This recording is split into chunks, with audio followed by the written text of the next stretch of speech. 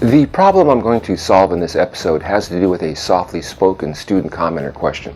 Happens all the time. You're in the middle of a dialogue with your class, a little give and take, a little back and forth, when you call upon a student.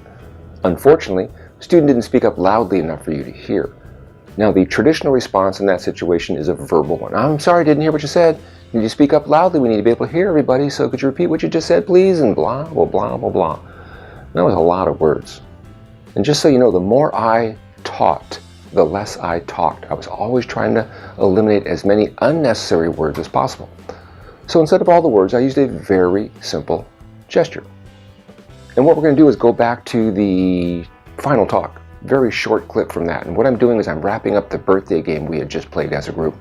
And the birthday game is explained in episode 10 of the Tools and Toys playlist.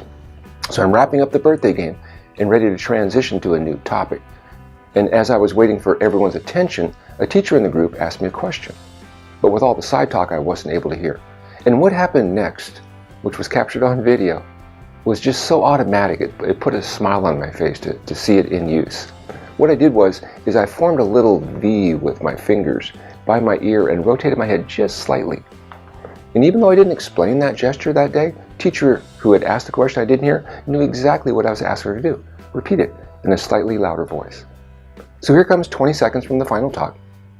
It starts with me wrapping up the birthday game and then transitions to me waiting and then the question asked and you'll see the gesture.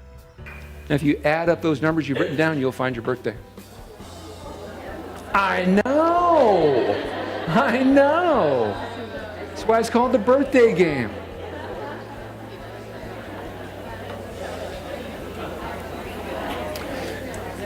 Natalie?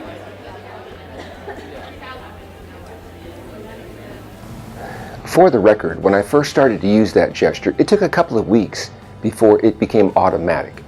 And that's one of the tricky things about new strategies, doing them enough until it becomes a habit. But once the habit kicked in, I no longer needed all those unnecessary words to get a student to repeat something. Everyone in my class knew that when Mr. Morris did that, he was expecting a slightly louder version of what had just been said. And the whole thing was transmitted without a word from me. Hey, thanks for watching.